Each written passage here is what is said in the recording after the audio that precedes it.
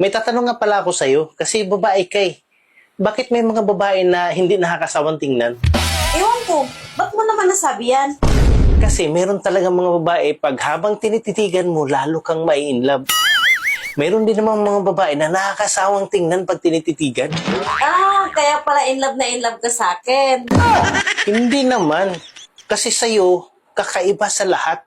First time ko itong na-experience sa'yo talaga. Alam mo, ganyan talaga. Kasi sobrang in love ka sa akin eh. Hindi. Ano pala?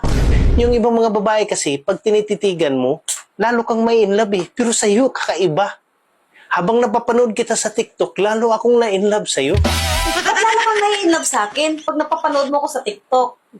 Sobrang ganda mo kasi sa TikTok eh, kisa sa personal. Ganon. Maganda ba ako o hindi? Relax lang, Han. Relax lang. Sandali. Inumin ko muna to.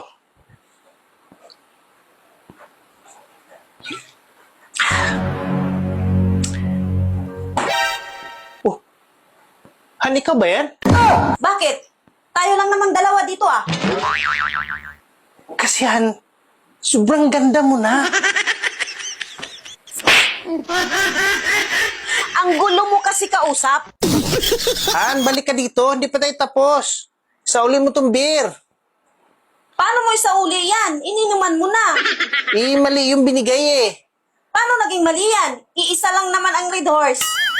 Kasi, nung ininom ko tong beer, gumanda ka. Ibig sabihin, may filter itong binili mo. Tambaluslos ka. Pasalamat ka, pinagtsatsagaan pa kita. Kahit supot ka.